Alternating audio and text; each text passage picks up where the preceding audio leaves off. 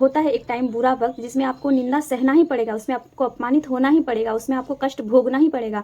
तो वो वक्त भी लेकिन टल जाता है, गुजर जाता है। अगर निंदा लिखा है तो वो निंदा मिलेगा ही मिलेगा, जैसे करके भी मिलेगा। अपने भी निंदा करने लगेंगे, अपमानित होना होगा ना तो वो होकर ही रहेगा, जैसे करके भी। तो मैं यहाँ पे जेंडर डिस्क्रिमिनेशन नहीं कर रही हूँ। हर माँ बाप चाहते हैं कि उनके यहाँ बेटियाँ हैं तो एक बेटा भी हो, और बेटे हैं तो एक बेटी भी हो, क्योंकि बेटे और बेटी जब दोनों घर में रहते हैं ना तो परिवार पूरा हो जाता है। तो मेरी भी प्रेगनेंसी की कुछ किस्से कहानी है, जर्नी कैसी रही मेरी, वो सब मैं आप लोगों के साथ शेयर करूँगी। 9 महीने का जर्नी ना मतलब आसान नहीं था मेरे लिए भी काटना, पल पल डर डर के जीना। बाप रे, मैं जानती हूँ कैसे बीता है 9 महीना। तो वो सब किस्सा कहानी मैं कैसे धैर्य के साथ वो 9 महीने पार की हूँ, वो सब मैं आप लोगों के साथ शेयर करूँगी। मैं सीरियसली एक बात बताना चाहती हूँ, जब तक मेरा पेट नहीं निकल रहा था ना बाहर, तब तक तो किसी को भरोसा भी नहीं हो रहा था कि मैं प्रेग्नेंट हूँ बोल के। यशोदा ना कान्हा को पकड़े हैं, देखिए वो, और यहाँ पे कान्हा जो है ना अपने माँ को तंग कर रहे हैं, देखिए। मैं तो ये 2 तस्वीर लगा के इस तस्वीर को निहारती रहती थी पूरा। देखिए आप, यशोदा ने कान्हा को पकड़ा है और यहाँ पे कान्हा है ना अपने माँ को तंग कर रहा है कैसे। हेलो एवरीवन, सभी बड़ों को मेरे सादर प्रणाम, छोटों को बहुत बहुत आदर के साथ आप सबको स्वागत करती हूँ अपने वीडियो में। उम्मीद करती हूँ आप सभी लोग अच्छे होंगे। तो सावन का महीना शुरू हो गया है। सावन का महीना यानी महादेव का महीना। सावन के महीने में महादेव के भक्त बहुत खुश होते हैं, महादेव के दीवाने बहुत खुश होते हैं और उनकी पूजा आराधना करते हैं, शिव पुराण का पाठ करते हैं, शिव स्तोत्रम का पाठ करते हैं। ये हवा कितनी चल रही है। तो बाहर बहुत हवा चल रही थी, इसलिए मैं बाहर वीडियो नहीं बना पाई।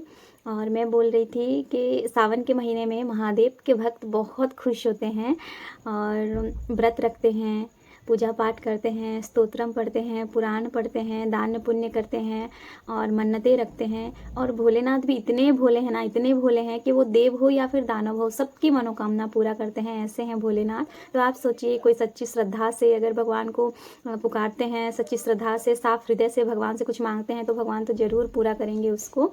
तो आज जो ये वीडियो है ना, मैं अपने लिए नहीं बना रही हूँ, मैं किसी और के लिए ये वीडियो बना रही हूँ। और आज मैंने सुना कि कोई बहुत ही अभिमान किए हैं भगवान के ऊपर, और उसकी वजह है कि काफ़ी सालों से उनका ना गोद खाली है, उनका कोख खाली है इस वजह से। तो वो जितना हो सका उतना डॉक्टर को भी दिखाया लिया, लेकिन कोई फ़ायदा नहीं हुआ। तो वो निराश होकर भगवान का ही साथ छोड़ दिया, भगवान का ही हाथ छोड़ दिया, भगवान के ऊपर अभिमान कर बैठे हैं कि भगवान मतलब मेरा ही गोद खाली है बोल के। तो देखिए ये सब ना आम सी बात हो गई है आजकल के लाइफस्टाइल में, आजकल के जो हमारा जीवन है, जीवन शैली है, इसमें ये आम सी बात हो गई है। हर किसी को इनफर्टिलिटी प्रॉब्लम हो रहा है, हर किसी को। पता नहीं हमारे खान पान में क्या प्रॉब्लम है, या फिर कुछ तो चेंजेस हो रहा होगा ना क्लाइमेट में, जलवायु में, इस वजह से ये सब हो रहा है। लेकिन बहुत सारे लोगों को मतलब जब मैं भी इनफर्टिलिटी ट्रीटमेंट ले रही थी ना, तो मैं सोचती थी कि मैं अकेली हूँ, लेकिन जब अस्पताल जाती थी ना, हज़ारों लोगों की लाइन लगी पड़ती थी, बहुत बहुत सारे लोगों की लाइन लगी पड़ती थी। और लेकिन केस सबके अलग अलग होते हैं, ऐसा नहीं कि सबके सेम केस होते हैं, केस सबके अलग अलग होते हैं, लेकिन इनफर्टिलिटी वाला प्रॉब्लम ही सबका होता है। तो ऐसे ही आजकल की लाइफस्टाइल ही ऐसी हो गई है। ऐसे में धैर्य नहीं खोना है और खुद स्ट्रांग बनकर रहना है, खुद की आत्मविश्वास को बढ़ाना है। होता है एक टाइम बुरा वक्त जिसमें आपको निंदा सहना ही पड़ेगा, उसमें आपको अपमानित होना ही पड़ेगा, उसमें आपको कष्ट भोगना ही पड़ेगा। तो वो वक्त भी लेकिन टल जाता है, गुजर जाता है। अगर निंदा लिखा है तो वो निंदा मिलेगा ही मिलेगा, जैसे करके भी मिलेगा। अपने भी निंदा करने लगेंगे, अपमानित होना होगा ना तो वो होकर ही रहेगा, जैसे करके भी। और कष्ट भी भोगना होगा ना तो सब कुछ एक मतलब स्टेज जैसा होता है, स्टेप बाय स्टेप होता है। तो अगर वक्त बुरा है ना तो वो सब होगा, लेकिन धैर्य नहीं खोना है, भगवान का साथ नहीं खोना है। मैं भी ऐसे विचलित हो पड़ती थी, फैमिली का सपोर्ट ना मिलने से तो मैं और ज़्यादा विचलित हो पड़ती थी, लेकिन मैंने भी खुद को स्ट्रांग बनाया और भगवान के ऊपर भरोसा रखा। और मैं खुद से बोल रही हूँ, जो लोग भी ऐसे इनफर्टिलिटी ट्रीटमेंट से विचलित हो जाते हैं ना, उनको मतलब मैं अपनी कहानी बताना चाहती हूँ कि मेरा तो पेट का आधा हिस्सा नहीं है, मेरा तो वन साइड का ओवरी से लेके वो ट्यूब पाइप नहीं है, सब निकाल के फेंके हुए हैं। फिर भी देखिए, मेरा एक स्वस्थ बच्चा है और मैं एक स्वस्थ माँ हूँ। उम्मीद खो चुकी थी मैं और मेरे परिवार वाले भी, मतलब बच्चा मैं सीरियसली एक बात बताना चाहती हूँ, जब तक मेरा पेट नहीं निकल रहा था ना बाहर, तब तक तो किसी को भरोसा भी नहीं हो रहा था कि मैं प्रेग्नेंट हूँ बोल के। मतलब इतना स्थिति मेरा बिगड़ा हुआ था, मेरी प्रेगनेंसी को लेकर इतनी विचलित थी मैं भी और बाकी लोग भी। तो मैं एक स्वस्थ बच्चे की स्वस्थ माँ हूँ, मुझे भगवान ने वो खुशी दी, तो आप सबको भी मिलेगा, लेकिन वक्त सही होना चाहिए। सही वक्त पे परमेश्वर देंगे, ताकि वक्त होता है, एक सही वक्त होता है। मेरी खुद की एक सिस्टर है जिनको 10 साल बच्चा नहीं हो रहा था, लेकिन 10 साल बाद जब बच्चा हुआ ना, तो 2 बच्चे भगवान ने दिए। तो आप सोच सकते हैं 10 साल का इंतज़ार उनको कैसा लगा होगा, क्या बीत रही थी उन पे। लेकिन जब भगवान दिए 2 बच्चे, तो आप सोचिए वो खुशी भी कितनी हुई होगी उनको। तो एक वक्त होता है, वो वक्त का इंतज़ार कीजिए, सही वक्त का इंतज़ार कीजिए। और कुछ चीज़ें कुदरत के हाथ में होती है, तो वो तो हम इंसान कुछ नहीं कर सकते, लेकिन परमेश्वर पे आस्था रखना, भरोसा रखना भी बहुत ज़रूरी होता है। मैं अपनी कहानी बताती हूँ लोगों को कि मुझे बच्चा हुआ तो आप लोगों को तो ज़रूर होगा, मेरा तो पेट का आधा हिस्सा नहीं है, फिर भी मुझे भगवान ने माँ बनने का सौभाग्य दिया ना। मैं समझ सकती हूँ। और निराश हो जाते हैं हम लोग इस कंडीशन में, ज़्यादा करके इनफर्टिलिटी जिन लोगों का ट्रीटमेंट चलता है ना, वो लोग निराश हो जाते हैं ज़्यादातर। और जाहिर सी बात है, निराश होते हैं तो हम, कोई नहीं मिलता है तो भगवान को ही कोसने लगते हैं। मैं खुद मतलब वैसे दौर से गुजरी हूँ ना, तो बहुत अच्छे से वो सब मैं फील कर सकती हूँ कि कैसा लगता है, कैसा नहीं लगता है। मैं वो सब बहुत अच्छे से फील कर सकती हूँ। तो मैं भी जब ऐसे डगमगा जाती थी ना, विचलित हो जाती थी, तो मैंने भी किसी का ना कहानी सुना था, और उस वजह से मुझे इतना भरोसा हो गया भगवान पे, इतना भरोसा हो गया भगवान पे ना, मैं वही सुनाना चाहती हूँ आज आपको, कि आप भी वो सुन के ना अपने आप को हिम्मत दें, अपने आप को साहस दें कि भगवान हमारा साथ जरूर देंगे बोल के। क्योंकि मैं भी मतलब मैं तो भगवान को पहचानती ही नहीं थी, इससे पहले मैं भगवान को सच में नहीं पहचानती थी। जब मैं अकेली पड़ गई ना, तब मैं भगवान को पहचानी हूँ। और सब कुछ आज मेरे पास जो भी है ना, मेरा बच्चा, मेरा घर परिवार, सब कुछ वो परमेश्वर का ही देन है सब कुछ। तो इस वजह से मैं आपके साथ छोटी सी स्टोरी शेयर करना चाहती हूँ, जिससे मुझे मोटिवेशन मिला था। तो हुआ यूँ कि भगवान की कृपा से तो उनके घर में 3-4 बेटियां थी, लेकिन उनको एक बेटे की चाहत भी था, एक बेटे की ज़रूरत था उनको। तो मैं आपको एक सिचुएशन देती हूँ, आप इमेजिन कीजिए। तो उनका ना पीरियड मिस हो जाता है पूरा, और वो प्रेगनेंसी टेस्ट करते हैं, तो प्रेगनेंसी किट में भी पूरा नेगेटिव आता है। फिर डॉक्टर को दिखाते हैं, वहाँ पे भी नेगेटिव आता है, लेकिन उनका पीरियड पूरा मिस हो जाता है कई महीने तक। तो वो डर जाते हैं पूरा कि क्या हो गया, पीरियड पूरा मिस हो गया है, हो नहीं रहा है, लेकिन प्रेगनेंसी टेस्ट करने से वो भी नेगेटिव बता रहा है बोल के।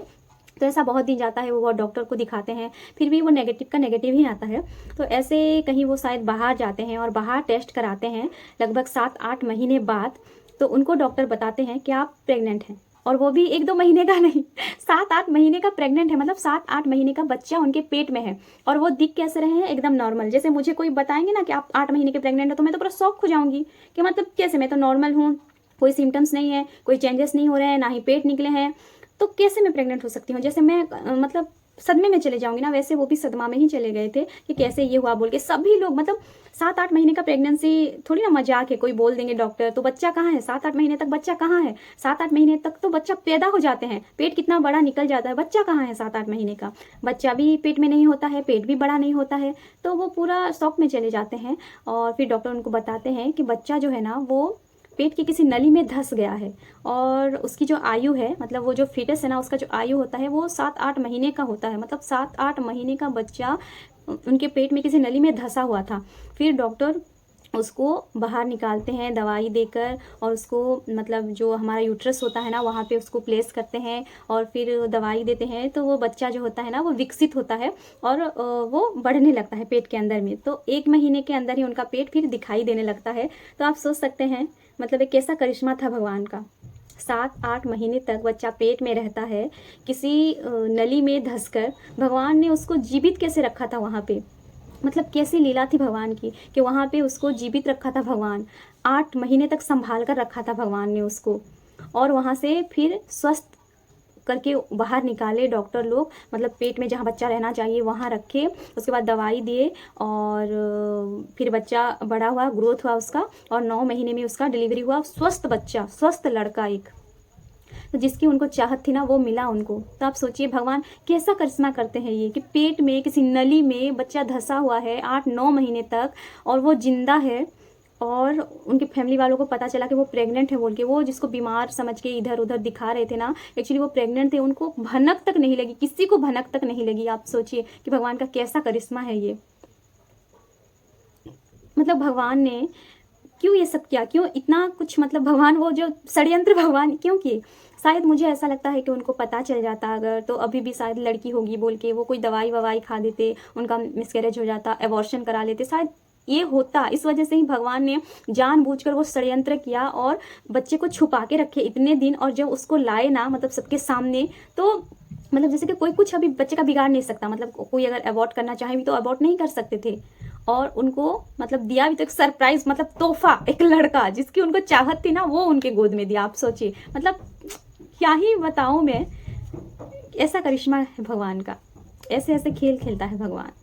मतलब ये यूनिक केस है, मैंने तो ऐसा कभी भी नहीं सुना था कि पेट के अंदर बच्चा 7-8 महीना रहता है, किसी को कुछ मालूम नहीं पड़ता है, वो बच्चे में भगवान ने जान कैसे डाली, बच्चा को इतने दिन तक प्रभु कैसे रखे थे उस पेट के अंदर, कहीं किसी नली में धंसाकर, मुझे बिल्कुल भी समझ में नहीं आ रहा था। तो मैं सोच रही थी ये प्रभु की करिश्मा के अलावा और क्या हो सकता है। और यही कहानी सुनकर ना मैं बहुत मोटिवेट हुई कि भगवान आप ऐसे ऐसे करिश्मा करते हैं तो मेरा दुख आप क्यों नहीं समझ रहे हैं। फिर मैं पूरा ठान ली कि आपको तो मेरी पुकार सुननी ही पड़ेगी, सुनना ही पड़ेगा, आपको मेरी दुख सुनना ही पड़ेगा। आप ऐसे चमत्कार करते हैं, ऐसे करिश्मा करते हैं, आप ऐसे मतलब छलिए हैं, ऐसे छल करते हैं प्रभु, आप देखिए। तो मतलब पूरा मैं उसके बाद ना मेरा दृढ़ विश्वास आ गया था भगवान के ऊपर कि मेरे तो नैया वो पार करेंगे ही करेंगे। और उसके बाद से मतलब मैं इतना मोटिवेट हुई ना वो कहानी सुनकर कि मतलब भगवान देते हैं ना तो ऐसे देते हैं, छप्पड़ फाड़ के देते हैं। देखिए किसी को पता नहीं चला कि पेट में बच्चा है, 7-8 महीना हो गया है, फिर बच्चा तुरंत ही पेट में 1 महीने में बढ़ता है। वो जो भगवान ने वो जो लीला रची ना,